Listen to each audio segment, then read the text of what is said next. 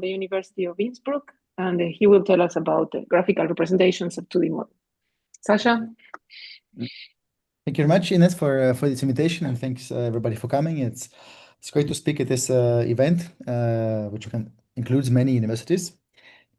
So indeed, I will speak about various models in this talk. So I apologize in advance for this. Maybe there will be several models floating around. If something is unclear, don't hesitate to ask questions. Basically, I have some goal to achieve in this talk, but I also can stop before and answer more questions. The essential is that everything is clear. And so we start with their POTS model. So this is their classical model of statistical mechanics. We take a finite part of their ZD. I mean, in this talk, actually, I will focus on Z2 specifically, square lattice. And at each vertex will color in one of the Q colors. Q is any integer number starting from 2. And so example of the configuration is here on the right side. This is with 3 colors. Each vertex is blue, green, or red. And now distribution on these configurations is given by the exponential of -1 over temperature, some external parameter, times number of disagreements between adjacent vertices. So here you would have red and blue are disagreeing, and then blue and red, and then blue and green, etc. So you take the sum of all of this, and this is your energy, and you pay this price, but you divide by temperature. So somehow you favor agreements, but you favor them less at high temperature. That's the idea. And indeed, you can view POTS model is their e-zinc model with Q colors. So e-zinc model will be 2 possibilities, and then POTS model will have Q possibilities. Now let's look at the simulations. So at low temperature, we favor agreements so much that we freeze the configuration. If we put red boundary conditions, everything is red with just small islands of different colors. At high temperature, there's a right figure. It's like broken TV. The temperature is sort of high, so then the state is chaotic.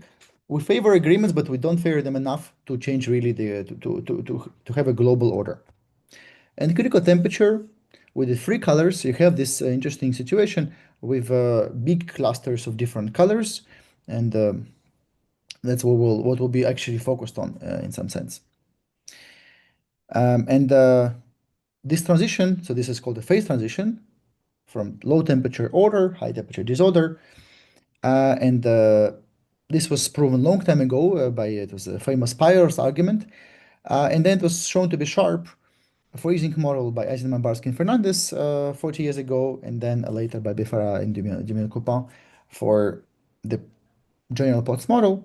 Sharp, meaning that the correlations decay exponentially when we are above the critical temperature, and as I mentioned, the state is ordered, so they are actually above some positive constant when we're below the critical temperature.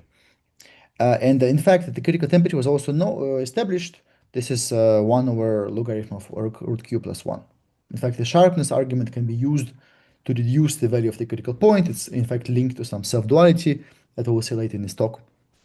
But again, we'll look here at the probability that 2 spins are equal at large distance, minus 1 over q. So 1 over q corresponds to them just being equal by chance. Maybe one of them is one color, 1 over probability 1 over q, the other one is the same color, probability 1 over q, and that's so we have to subtract it. This will be always non-negative, but it will be decay exponentially above the critical temperature. So now we'll look what happens at a critical temperature. So here at q equals 3 and 4, we have these pictures with these big chunks of different colors, big clusters. And here what was proven is that the transition is continuous, meaning that their correlation between the 2 spins at large distance decays polynomially. So it's not proven yet that it's really exists a constant, this exponent, but actually maybe it will be proven very soon, I think. But I will mention this later in the talk. But in any case, yeah, so currently this is an open, still open for Q2, 3, and 4. And at Q equals 2, specifically, this was proven in 15 years ago in the work Ising model, and there it's proven to be equal to 1 over 4. So the correlations decay as distance to the power minus 1 over 4. And now at Q equals 5, what we have is, in fact, either correlations decay exponentially fast in distance at the critical temperature, right, at the transition temperature, or the state is ordered. So of course, this is a completely opposite behavior. So how can this be? It's because, in fact, at this point, you have coexistence. You have no uniqueness of their this infinite volume behaviors, Gibbs measures, for those who know the Gibbs measures, meaning that if you put conditions which are monochromatic, you will have monochromatic measure. If you put no conditions free, then you have this chaotic measure. So like monochromatic, like those coming from the low temperature, these ordered states, and chaotic are those which coming from high temperature, chaotic ones. So these are the exponential decay of correlations. So it was proven that there are indeed at least Q plus 1 different states, Q monochromatic and 1 free. And so together with Zelesko proved that in fact these are the only ones, the only extremal ones, and any other state is their linear combination. And in this talk, we will also look at the interface between these different states. So to summarize the difference between the behaviors, Q2, 3, and 4. So here at Q equals 2 Ising model, conformal invariance has been proven. And at Q equals 2, so at 3 and 4, it was proven that their measurement interfaces separating different colors are tight. So they are subsequential limits. And these limits have Hausdorff dimension strictly between 1 and 2. And for Q above 4, so more than 4 colors, so here the conjectures from Brinkmann and Leibowitz and Messaga, Miracle, Solero, Schlussmann, some partial progress. So what was proven is so they look at the surface tension, and at Q very large, this surface tension was computed. And the conjecture is that not only so surface tension is somehow the cost for the interface to grow to be drawn in some direction. And the conjecture is that in fact, when you have, let's say, these conditions, like this yellow below and blue above, then you will have two interfaces emerging, one separating this yellow from the boundary of yellow, the boundary of blue, and they will be kind of repulsing each other, and they will converge to the Brownian watermelon, which is their pair of Brownian motions conditioned not to intersect. That was the conjecture. And so to prove, so for Q below, 4 and below, we give a new proof of the uniqueness of the Gibbs measure, as I mentioned before. So in Potts model, you have just one state. So with these big chunks of different colors, but one possibility. And the proof goes through some high function model, 6-4x model, which is called, and the new graphical representation, which satisfies some positive correlation inequality, which is called FKG inequality. So these ideas sort of are graphical and probability tools compared to previously. This was known before, but there was one tool importantly used for this proof was the power harmonic observable, which is so this is a important tool which was used originally for the Ising model to prove convergence. For the Potts model, it was used to prove this continuity of the phase transition, that there's a unique measure, that somehow this Q monochromatic measures and one free, they just get glued together in just one special measure with polynomial decay. So we don't use paraphonic observable. And another project is for Q above 4. This is together with Dober, my former PhD student, and Sébastien Ott. Sorry, the first work with Piet Lammers. This one is with Dober and Ott. So here we investigate their boundaries between different interfaces.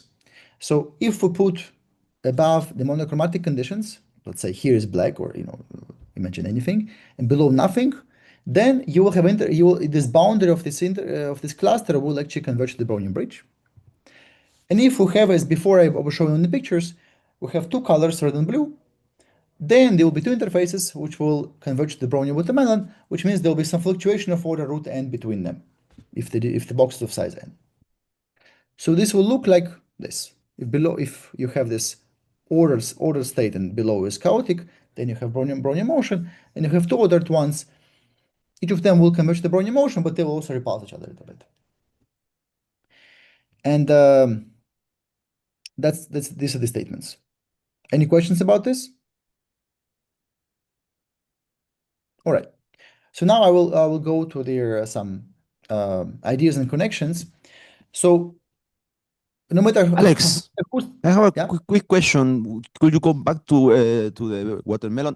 So in the middle, you expect just like white noise, like fluctuation? free state. It's a free measure. So you see at this at Q above 4 at critical temperature, you have Q plus 1 different states. So this Q monochromatic and one free. And the kind of if you have these two monochromatic states, kind of they will compete in a sense, and in the middle they'll be merging. It's called weighting phenomena. They'll be merging this free state of order, but it will be just very narrow. It will be of order root n. So in the scaling limit, you will see the straight line. In diffusive limit, you will see this two interfaces. And yeah, I have another question. If you take, for instance, like the Bushin boundary condition, but with three regions with different colors, do you expect a macroscopic free? Exactly. State? Absolutely.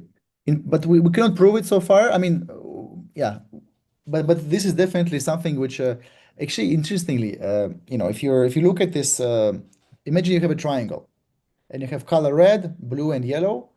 In fact, what we expect, it will happen at this temperature, at almost the whole box will be all free. With interfaces, boundary motions at the boundary.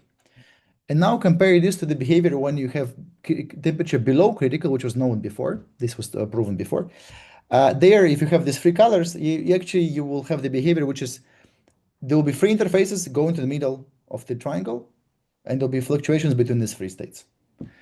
Because there you have no free state, but we have free state, so it will actually merge and it will cover the whole domain. That's what we expect, but we didn't attack this so far. You will see later what the problem is. Thank you. So no matter what you want to prove about the POTS model, eventually you have to go through some other model, which is called random cluster model. This is a seminal Edwards-Sokal coupling. So first, I just quickly define the model. This is the model edges on Z2, so it's a bond percolation. Each edge is open or closed. This is a configuration, like on the right picture. And then you have parameters P and Q, P between 0 and 1, and Q is just positive number. And then a probability of a configuration on this finite box is given by P to the number of open edges, the blue here, times 1 minus P to the number of closed edges, those which we don't take, times Q to the number of clusters, connected components, which we count also the singletons here. So here you have one big cluster on the left corner, you have four singletons, 5 right together, and plus another 3 clusters, 8 clusters. If you forget about this cluster component, just Q equals 1, it's a standard Bernoulli percolation. Each edge is open or closed independently of probability P. And otherwise, you have dependencies. And the connection to the POTS model is the following. You take this edge configuration. Now, to every cluster, you assign one of the Q colors independently at random, uniformly, of probability 1 over Q. And in fact, if you take this configuration and you forget about their edges now, actually, the margin on these colorings will be exactly the POTS model. So in fact, so once again, you take your edge percolation, you're assigned to every cluster independent of one of the Q colors, uniform at random, and then you get the POTS model. In particular, if the 2 points are in different components, then they will really have completely independent colors. So somehow this model describes dependency in the POTS model and the correlations. So the correlations between two vertices, so probability that the two spins have the same spin minus 1 over Q, is exactly probability that they are connected in this edge model. So this is a graphical representation of these correlations. In fact, if you have infinite cluster, it means you have order. if you have no infinite cluster, and you have no order, and you have unique measure, for instance. That's so for this edge model, you can define a dual configuration. This is the place where we start seeing the Z2. So here, for every, so if you don't take an edge, we draw the dual one. That's a dual configuration. For every dual edge, the configuration is defined as 1 minus omega e. So the crucial property, which holds for all q at least 1, is the positive correlation inequality. If you take any two increasing functions, f and g, on the configuration space, the real numbers, the expectation of their product is at least expectation of one of them times the expectation of the other. In particular, if f and g, you take indicator of increasing events. Increasing events means if you open more edges, so if they hold now, if you open more edges, they still hold. For instance, crossing by blue edges from left to right. This is an increasing event. Then if you take indicator functions of increasing events, then actually on the left side, then you have expectation of the product of the indicator functions, which is indicator of the intersection, at least product of this probabilities of one times the other. Divide by one probability, and you get there the following statement: probability of A given B is at least probability of A. Means knowing that B occurs helps A to occur.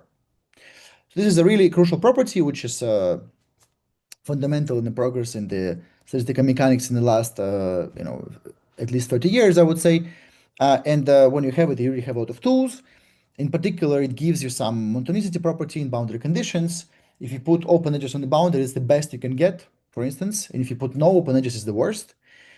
And this really helps to afterwards to get some ergodicity of the limits and mixing properties and so on and so forth.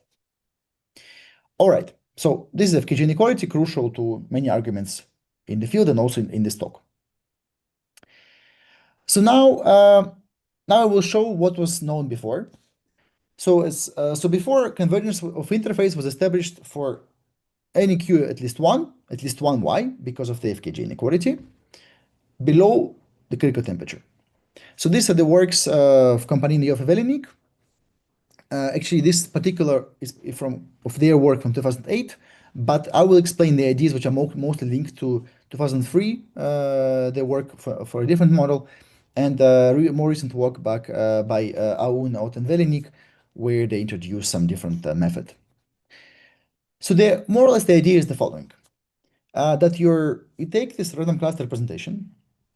Now you look at this. You look at below TC. So you're in a dual system. You have exponential decay of correlations, because if your temperature is below TC, then dual one is above, and there you have exponential decay. And then you have FKG inequality, and you have these two colors above blue and below yellow, and then you have interface, which is very costly. For this interface, you pay exponentially, you force it. So, but nonetheless, in your model, you have the following properties: exponential decay of correlation of connections, and strong exponential mixing, meaning no matter which conditions you put around you, you will very quickly relax to their infinite volume distribution. Now in this system, you look at this red line interface, which I draw in this slide. You should really view it again as this dual configuration in your. So you take Potts model, you take a random cluster, take a dual. Random cluster, you have big infinite cluster, and dual, you have exponential decay. Now you condition have a very long interface, which is very costly. So actually it will be very narrow. And this is this Orson-Zanicki theory. You have many renewal points. And then what you can do, you can couple it at these renewal points. You can split it into different parts, and you can view each of these boxes as a step of random walk. So now it has a maybe very complicated distribution, but each of these boxes is very small, and they're almost independent. So for some of these arguments, you have to use FKG inequality and some mixing property to decouple yourself from outside. You see, it's crucial that each box is almost independent of the other ones. Otherwise, of course, they are very highly correlated, so you have no idea. But if they're almost independent, it's a study of the directed random walk. And this is a very general result by Kovchekov from 20 years ago, proving that it will converge to the Brownian bridge. Just because it's symmetric and the steps are independent, there's no other limit. And moreover, now if you go back, so this would work if you're in principle, if you put also more different conditions. And in the random cluster model, it was proven that if you are below the critical temperature, if you condition many interfaces, then they will converge to the Brownian watermelon. This is the work of Lucas Dallemont from last year. And also relevant work here is which Dallemont based upon is the work by Joffe, Otten, Velnik, and Wachtel, where they studied the interface above the wall. You have some your interface. So your interface is going from one corner, lower corner of the box to lower left corner to the lower right corner of the box. So it must stay above this wall. So actually it will be repulsed. It will behave like a random walk. It's a Brownian bridge, which is conditioned to go above the wall. Well, the problem of all these approaches when it comes to the t equals to tc is actually that at this point you have several Gibbs measures. In Potts model, you have q plus 1 measure. If you go to a random cluster model, you have two different measures, one free, one wired, which is one given by, one will be percolating everywhere, the other one will have tiny clusters, and these are two possible states coexisting at this temperature. So in fact, you cannot hope to have any strong mixing in this case, because if I give you some boundary conditions, you know which measure you are in. That's you cannot escape this, and you will relax to one or to the other measure, and that's so this is poses difficulty. Also, actually, you can view it differently. If you have interface, you know which measure is above you and which measure is below you. Above you, it's a wired, and below is free, and you know it by shape of interface. There's no symmetry between the swapping. Like with spins plus or minus, you can just swap, but here you cannot do it. So in fact, what you have to do, you have to look at the different representation. And I will not show all of this, but I will just give you a bit of a feeling of what's going on here. So we start by the Potts model. Then we map it to the random cluster, which describes correlations. Then we map it actually to the height function model, which is called 6-4x model. I will show you this coupling. This one, actually, it is called Baxter-Killen-Wu coupling. This one can be mapped to yet another model, which is called Ashkin-Teller model, or specifically ATRC is its random cluster representation. So, and in fact, this one is ATRC is actually the key for this work, because in fact, this measure magically does have a unique measure at this point, a unique state in this point.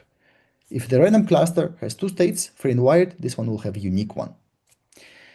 And it will exhibit exponential decay, and we can prove their exponential mixing, and everything works out. So this mixing is based on the previous works, my work with Ron Peled and with Aoun and Dober, where we proved the phase diagram of this Ashkin-Teller model, and the recent work by Sébastien Haute about mixing, general mixing statements. Ashkin-Teller model, I will not speak about this, but I just mentioned the once. It's a pair of interacting zinc models. And in fact, of course, when you do all these couplings, there's always a bit of a price to pay. Maybe you get to, our goal is to get to this measure with unique infinite volume limit, but we pay a price because, of course, if you look at pair of interacting zinc models, it's sort of clear that there will be troubles with something like domain Markov property. It will be a bit more complicated to study. So in fact, the whole work goes by first bringing all these mixing properties through these couplings to the Ashkin-Teller model. Now you have the mixing, and then you go bring back this unique measure and you use it to prove convergence. That's one part of their story. Any questions about this? And now I will look at the other part of, so now I will just describe this coupling, and we will see the other part of the story about their unique measure. So how do we go from edges to the height function? So we have this Potts model. Now we sample the random cluster. Now how do we go to the height function? So take this blue edges with their dual configuration. And now you can trace loops between them. It's on the right figure. You see this orange loops trace between them. It's just a bijection. So specifically here, you take some parameters, which is self-dual, which is a critical point in the random cluster model, and you find lambda such that root q is equal to 2 times cosine of lambda. If q is above below 4, that's possible to do. If q is, let's talk about q above 4 later. So now you look at these loops. So now, in fact, turns out this particular parameter of p, you can, via Euler's formula, you can describe the distribution in a very short way. It's just root q to the number of loops in this figure. What's the connection? Well, basically, your loops describe number of clusters and dual clusters. And then somehow there's dual clusters, in this Euler's formula, it's like faces. And there's a connection between faces, number of edges, and number of vertices. Vertices is a constant, and everything cancels out magically, and you get exactly root q to the number of loops, just from Euler's formula. Now this root q we rewrite as e to the I lambda plus e to the minus I lambda. So we orient every loop in one of the two possible ways, clockwise or counterclockwise. Clockwise receives the weight e to the I lambda, counterclockwise e to the minus I lambda, or vice versa. I think on the picture you have it counterclockwise e to the I lambda and clockwise e to the minus I lambda. And then, the sum of these two weights is exactly 2 cosine times lambda. You just write it as an expansion. And afterwards you expand it via respect to these different orientations. So far so good? Now you have this, you went from the edges to this oriented loops. Now, the weight of each loop depends on its orientation. But then you can split this, each loop has many arcs going, so it's turn left to turn right, like in this loop in the middle, you turn here left, then turn right, and turn left, and turn left, and so far and so forth. Overall, your winding will be either 2 pi or minus 2 pi. If you are oriented clockwise, it's 2 pi, counterclockwise 2 pi, clockwise minus 2 pi. Now you split your weight into these arcs. You either have 4 more left turns than right turns, or vice versa. And now you can write it in this way. You just take this expression and you rewrite it as their sum over this. So for each turn you receive the weight e to the I lambda over 4 or minus I lambda over 4, depending if it's going left or depending on going right. And then you say that, okay, well then actually now we will see that we will look at these two arcs next to each other and we will forget how we split them. Now you get the left figure. Now we forget how we split them. You get just the arrows, but you don't know how it was split. And actually, if they were both going in the same kind of, one going left, one going right, then it will cancel out. You get weight 1. And if they both go the same way, one to left or to right, in fact, you notice that this will give you this so-called saddle vertex. Look at this. Do you see my mouse actually? Yeah. Look at this. Black arrows here on the right side of their left figure. So this went from these two left turns. Now you have this 2 incoming arrows on this horizontal line and 2 outgoing on the vertical line. And now you're actually, you could also split them this way, but also you could split them this way. So each of these vertices will correspond to either to left turns or to right turns. And in fact, for each of these saddle points, you will have the weight e to the I lambda over 2 plus e to the minus I lambda over 2. So this will be 2 left turns, this will be 2 right turns. And eventually, so now you call this new weight as a C. And now, given this gradient, so now at every vertex here, you have 2 incoming and 2 outgoing vertices, arrows, sorry. So it means that around each vertex, you have no curl. So it's a gradient field. You can define a height function. Defining at every face, you put an integer number, such a way that if an arrow between the two neighbors, if the arrow is going up, then the one on the right is bigger, I think. This is your rule. And when you go around the vertex, you have no contradiction because you go up or down exactly twice and you sum to 0. And you can define the height function. So you have a gradient field, then you have the height function. And this one is called 6-vertex model. It will have the weight proportional to C to the power of saddle points, where you go 2 incoming horizontally, 2 outgoing vertically, or vice versa. So in fact, something very similar can be done also with some kind of defect line. You take two fixed vertices, and between them two, you draw some defect like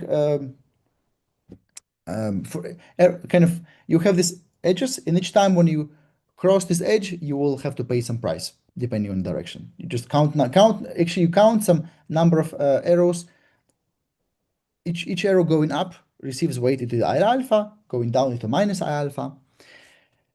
In fact, the same can be done, the same coupling, and then instead of their just probabilities, what you get on the left, on the one side, you get this Fourier transform, because when you count number of arrows between separating two vertices, will go up minus those two go down. It's exactly the height difference, and because it's a gradient field, right? And you can express it via some observable, which is not very complicated to write down, of number of loops in this in the random cluster model. I will not describe it in details. It's some completely explicit trigonometric function. But the point is, so they have this equality by doing very similar coupling. And the property of this is that actually, if you look at this observable for the random cluster model, in fact, it will be bigger at some particular values, alpha equals to pi of pi over 8, and in this region Q between 0 and 4, it will be at least probability that two vertices are connected. Because if they are connected, there's no loops separating them, and the function is 1. And if they are, and otherwise, all other contributions are non-negative. As simple as that. Well, now if you imagine that actually height function delocalizes, then at very large distance, it will take large values, and you can easily prove that it will take different values with some modulo 8, for instance, with somewhat the same probability. So then you will just sum this like roots of unity around you will sum to 0, and it will mean that actually if you have delocalization, then the left-hand side converges to 0. When you have two faraway vertices, the height difference converges to infinity, and your Fourier transform will just go to 0, which means that in the random cluster model, there is no infinite cluster at all, because two faraway vertices will be linked to each other with probability 0, or probability decaying to 0. And which will mean that in the Potts model, you have a unique measure.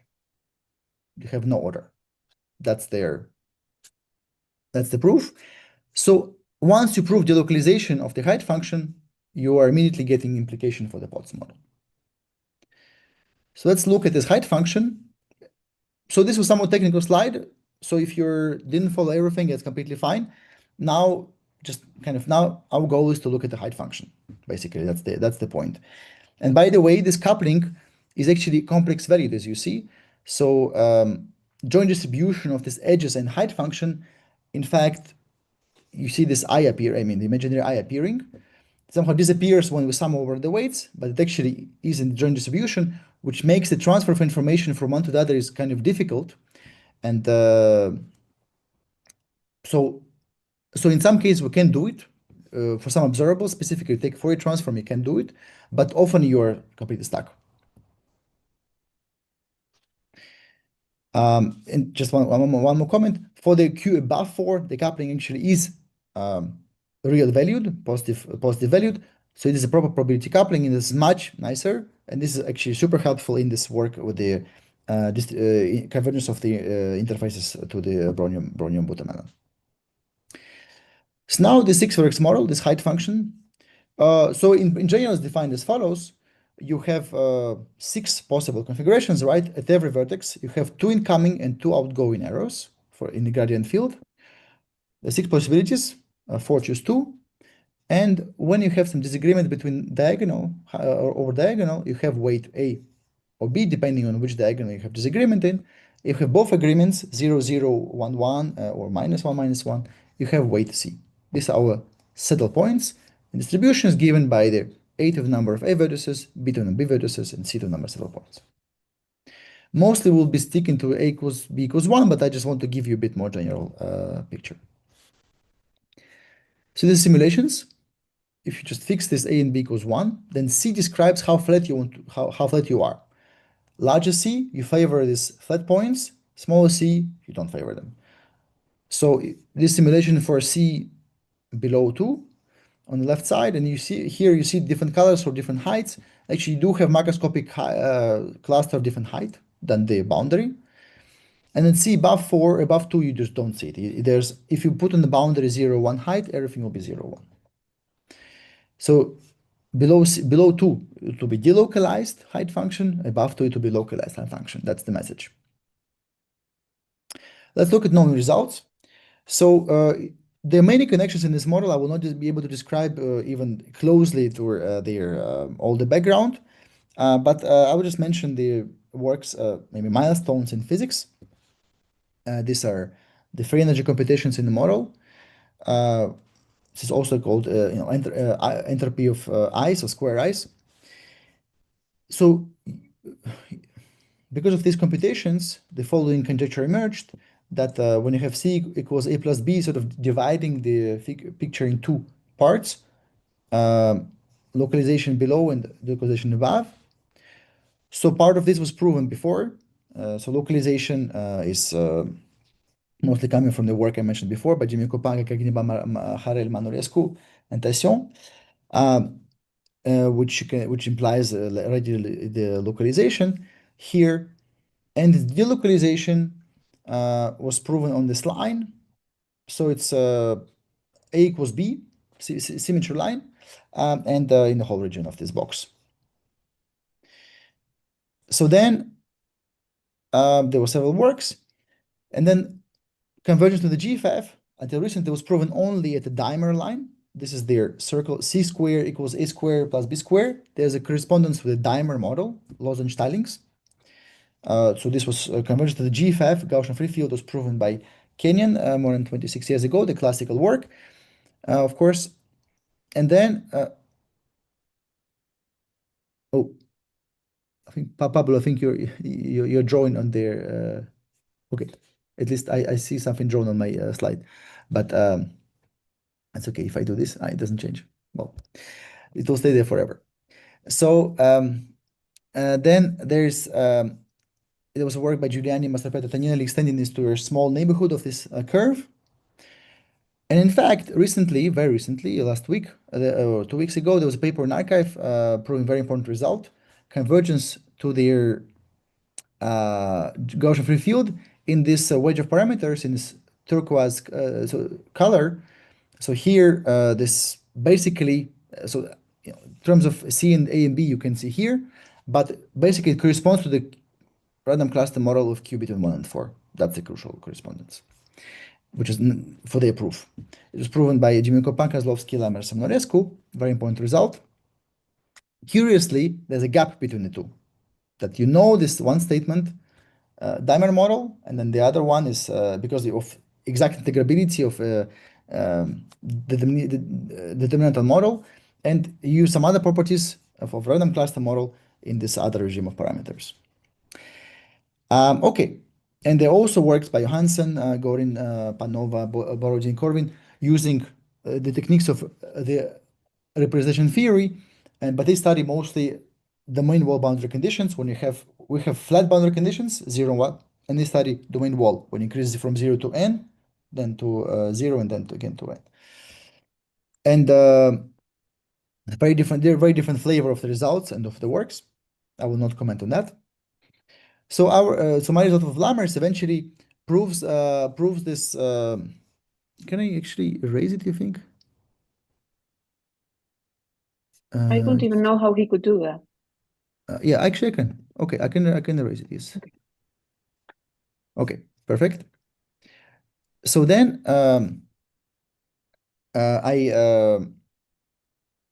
so the result I mentioned of Lammers actually proves the localization also for A different from B.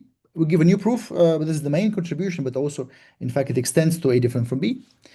And again, using their planar duality statements and positive correlation equality and height function decomposition, which I will show in a second.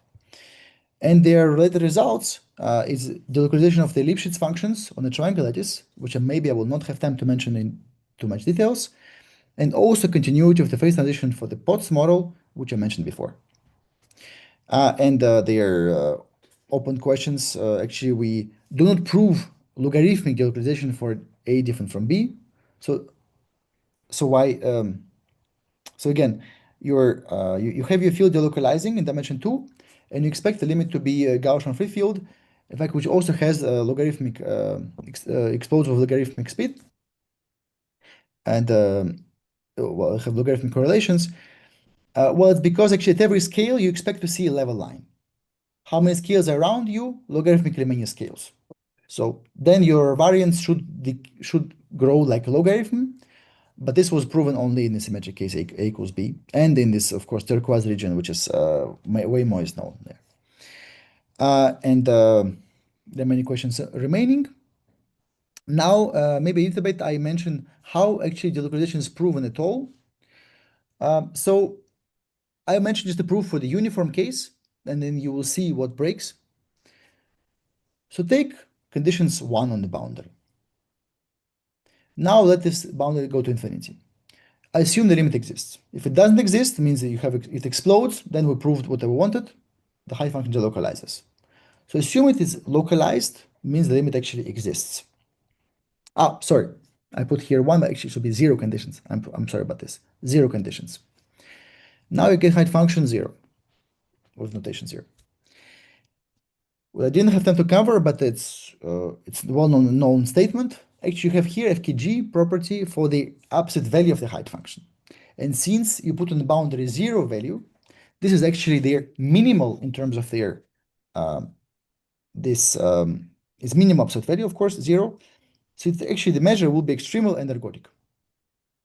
That's their known application. If you put extremal boundary conditions, then you get extremal limit. And then you have to prove, but now, so you have this on zeros, you have your measure, which is ergodic. What about the other heights? So from non-coexistence result, which is based on FKG, you can derive that there will be no infinite cluster of absolute value h equals to 1.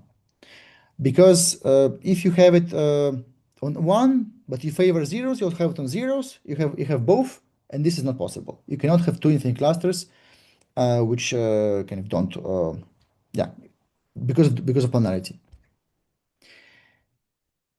And then, if you don't have them, then actually you have these zeros which are forming these finite patches in between them, these clusters.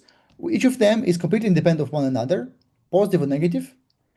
And then, if you have the absolute values, you can just flip the coin for each of the clusters, and you get positive and negative cluster. And your measure also for the height function will be ergodic, because of the uniformity. Here we look at the uniform case. So you have this measure which is ergodic on the height functions. And then you're, so far so good. So here we use crucially uniformity. Now you look only on the odd heights. So here's your limit. Now you look at the odd heights and you look at this triangular connectivity. And specifically, what you know, again, using the same non-coexistence result, that you cannot have percolation both heights below -1 and above 1, because they will just, you cannot have coexistence of 2 clusters in a plane which if you have FKG, that's the general statement. So then you must have none of them because they are symmetric. Under 0 conditions, 1 and -1 are completely symmetric. So either have both infinite clusters or none of them. So then you have none. But then if you have no infinite cluster of -1s go to infinity, then they must be blocked by 1 circuits of at least height 1 and around the 0. And exactly the same way, you look at the 1 conditions, you look at you get the measure HF1, and which will have infinitely many circuits of height at most 0. In exactly the same way, you just apply operation 1 minus height. Moreover, with this operation, you see that these circuits are coupled together very well. That one of them can be viewed as if you explore, let's say, the biggest cluster in some very big box, biggest circuit, sorry, outermost circuit. Then they'll be coupled in such a way that one is just shift with the other by 1. As you see on this figure, it will be exactly this way. Just they will almost coincide up to just shift by 1. And in fact, if you now look at these two measures coupled together in this way, you see clearly that these conditions, all of them together, first of all, the domain Markov, which is very nice, but also they're bigger for their zero measure than for the one measure. For the zero measure, we get at least one height, and we have no knowledge about the other one, which is since the difference is exactly one, it will be at least zero. And height function one has their conditions which are at most zero, and the other one is at most one then. So actually you will have kind of this, it will be some kind of sandwiching of these two measures, and you will show what zero measure dominates the one, but this is not possible because then they must be equal, and then you also equal to their measure of two boundary conditions 2, which is just not possible because HF0, HF2 are different by shift by 2. So that's the kind of the main steps of the proof. So as you see, we use here crucially FKG inequality and also this uniformity, or some Markovian property of the model, that we can resample different blocks of the model independently. This was this moment with the resampling. That's a crucial part. So now actually almost everything works through also if you have non-uniform case, almost everything. Besides this resampling part. The steps 4 is the most problematic. Now I will explain you very briefly how one can solve this problem. And this is done by this graphical representation. So look at this local configurations. And I will sample some edges between the zeros only.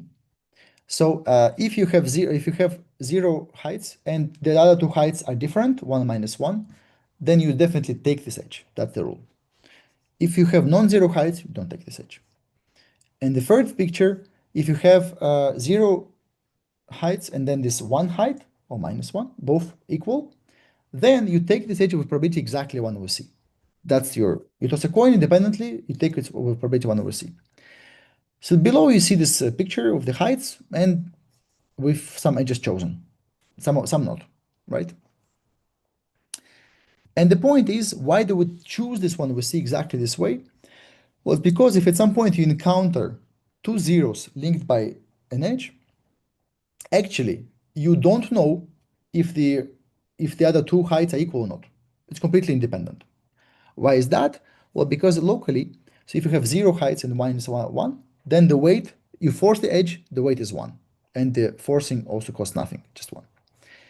And if you have 0, 0, and 1, 1 heights, then your weight of this vertex was c, and you took this edge, so you toss the coin and you pay for this 1 over c price. So actually, c times 1 over c is again 1. So in fact, given a 0 edge, you don't care if the other two heights are equal or not. That's the kind of way, if you can view, at least I visually view it for myself as kind of this scissors, which you cut your dependencies all around, and then you're independent. You're kind of back to the situation when you have a uniform distribution. So in fact, if you have this circuit of this 0 edges, you completely decouple interior and exterior. There's no dependency, just 0 edges. It's a well-defined boundary conditions. And moreover, the 0 edges I also have FKG. This will prove together with Piet Lammers. So in fact, this puts us back exactly to the situation where we were before, more or less, where we could look at this, prove agonicity. Just one additional step is we need to prove that there's no, there's no percolation to really form many circuits. So we have to look also at their edges for the two heights and for the odd heights as well. So all this will be kind of many circuits around. And the crucial part of these circuits is that if you look at them consecutively, these blue circuits, red circuits, blue circuits, in fact, height at each of them will be obtained as a simple random walk. The height, let's say, on the exterior one is number n. The next one is independently of what you saw before, is either n plus 1 or n minus 1. Just for probability 1/2, and so on and so forth. So in fact, this system of edges and circuits allows you to actually really describe your height as you would imagine, with these level lines kind of just you go along the circuits and you go either probability 1/2 up, probability 1/2 down. So then it's enough to prove, for decorrelation, it's enough to prove that the circuits exist. And for logarithmic variance, enough to prove that there will be logarithmically many of them around you. So it's a really simple random walk. And I think I'm close to should stop soon. So yeah, I'll just very briefly mention that actually very similar techniques work for another model of Lipschitz functions, but only on the triangle edges. Surprisingly, here it was Z2, here is triangle edges. Because some duality, there it was bond percolation duality, here is side percolation duality. So here you put integer numbers at the faces of the hexagonal edges, and you distribute. So now between the two neighbors, difference is 0 or 1 or minus 1. So either they agree or they disagree by exactly 1. Lipschitz functions, right? So here what we proved is that there's delocalization, logarithmic delocalization for the parameters between 1 and 2, like in their 6RX model, like in the previous height function. And localization, but only starting from 3 and a little bit before 3. So there's an open window below 3. And also there's a big open window below 1. This is because there's no FKG inequality. And the methods are extremely similar. Basically, what you do, you sample the same thing as before we had, but you sample this not on edges, but on vertices. So you rewrite your weight of the model via number of triangles with disagreeing heights or with agreeing heights, all of them are equal. And then you do exactly the same sampling. It again receives weight C. If you have some disagreement, then you take this vertex. If you have 0, 1 heights, if you have other heights, you don't take it. And then you again have this decoupling property that if you have one red activated vertex, it means that actually you don't care which heights are put here, if they are the same, all equal or not equal, doesn't matter. And again, the same arguments will give you this circuits of decoupling circuits. And it will actually, I also want to refer to the work of Carilla. So he also looked at this kind of conditions given by different heights, when your height is not just 0 or not just 1, but actually either 0 or 1. And this is what we get here, that circuits of these right vertices will form these conditions, that the only thing you know is around them on the boundary are only zeros and ones, but we don't know which ones and we don't care. That's the conditions. So they kind of completely, again, kind of decouple, cut you from the outside and define the boundary conditions. And again, there's FKG inequality. And again, one can prove that there will be infinitely many level lines using a non-coexistence result by Zhang and Sheffield. You will prove that there will have no percolation of height at most 0, at least 1, and you will have level lines. Level line, you go up or down, so you will have delocalization. So there's some important duality statements which I hid under the carpet here and before, but you have to cut some story short. And the only thing I want to mention actually is, everywhere here we use the FKG inequality specifically also for these red vertices and before for these red edges. It's really important just to use, to get extreme measure ergodicity. And actually, if we don't have it, in fact, this approach, which is recent and which Matan Harel talked at this seminar a couple of maybe weeks or maybe 1.5 months ago. And I want to just very quickly connect this to his talk, because in fact, our result of him also applies to the loop auto model, the Lipschitz functions. So here, what you do, in fact, you can interpret this, our procedure, as a percolation on loops and these vertices. And there, in fact, if in the previous argument before, we really want to look afterwards to just look at this measure on the red vertices and show this FKG and use its properties. Here in the argument with Matan, actually we don't do it. Instead, we just interpret this as a percolation on loops and on vertices with parameter which is at most 1/2. And our general result proves that actually if you have a planar graph and parameter p is at most 1/2, then their Bernoulli set percolation on this graph on loops and these vertices will not have infinite clusters, or will have infinitely many of them. So, and then if you can use some amenability or something like this to exclude infinitely many, you get to a situation of no infinite clusters. And then this allows to actually prove the localization of the height function of their Lipschitz functions kind of for free, not even making you you don't have to really prove any addition of FKG inequality. That's it. There's so this is, I think, maybe some message to repeat compared to what Matan was saying also, that there are some models where when you can this dividing color procedure, when you have this, first you have your system, you divide it in some pieces, then you color each of them independently. Actually, the system itself, after your sum over all possible divisions and tilings, might not be FKG at all. But it might be enough to just have this procedure, and then you can study the model on non-regular graph somehow. Okay, so I will, it's linked to, yes, exactly, this theorem solves the Benjamini-Schramm conjecture, but I will just more or less stop here. Just very quick summary of what happened here.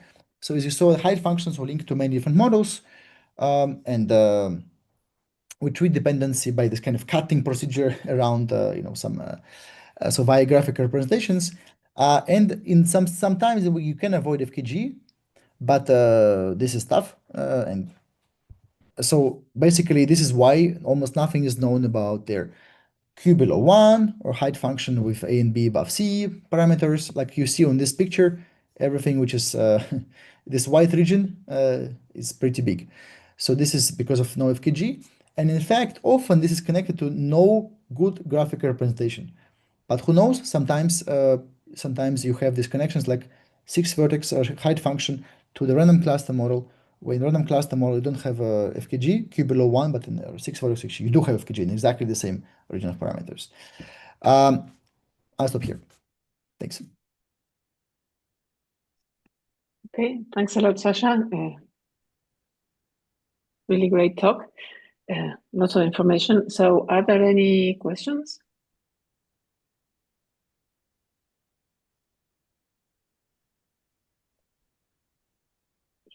Hubert, we cannot hear you. I think you're speaking, but we cannot hear you.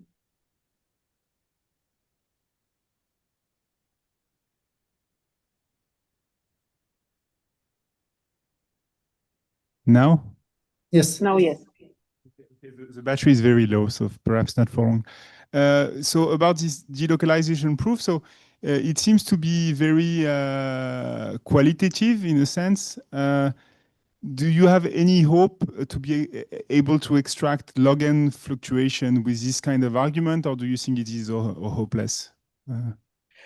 Yeah, thanks. So we managed to so there are several proofs of this logarithmic variance. So basically,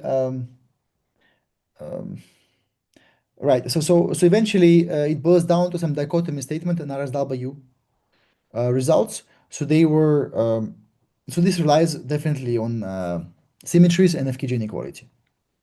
So in principle, FKG is there, but symmetries are not. So what then for their in some region of parameters, for instance, here when you have Q between 1 and 4, the random cluster model is known. Basically, even for random cluster model, proving, for instance, if you take not a square lattice but a rectangular one, and you take the weights which are well defined, there's a good line of kind of critical line, horizontal, P vertical, this rectangle, then you're the only way to prove RSW for this model is to go via the Young-Baxter equation currently. So I don't know any other proof. In fact, it's really not a trivial thing if you think about this,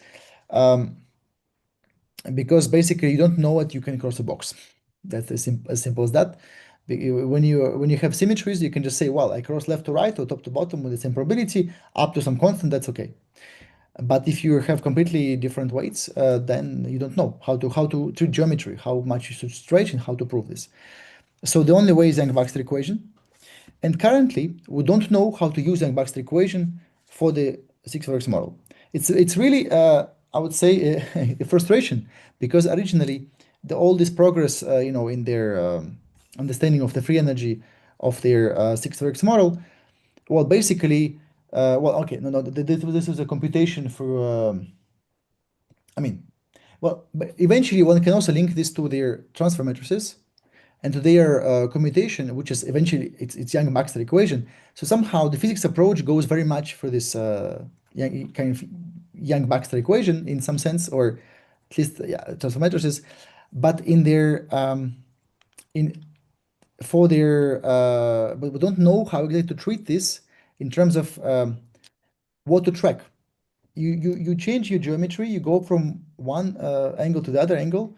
In random cluster model, there's a clear object to look at is some longer range connectivity, which stays the same. But in the 6-vertex model, you actually have only local quantities, which are heights, and you don't know what exactly happens with them.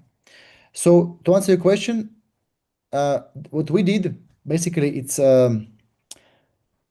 not qualitative, and to get some qualitative argument, basically a quantitative statement, you just need more or less one estimate, but this is very hard to get unless you have some input from random cluster model or something like this. And so far, it's really why also this turquoise region is quite frustrating. It approved GFF in this part, but not beyond it, because basically the use in the arguments eventually use results for random cluster model, specifically rotation invariance. Because that's rotation invariance goes itself for Young-Baxter equation, this coupling between different lattices. And for height functions, so far we don't know how to use it. That's where it stands. Thank you. Any further question? Any other question? Okay. If there are no more questions, let's thank Sasha again. Thanks. Okay. And see you next week. Thanks. Have a good evening. Bye-bye. Oh, day. Okay. I think they stopped recording. Thanks a lot. Bye. Really nice. Thanks. See you. Yeah.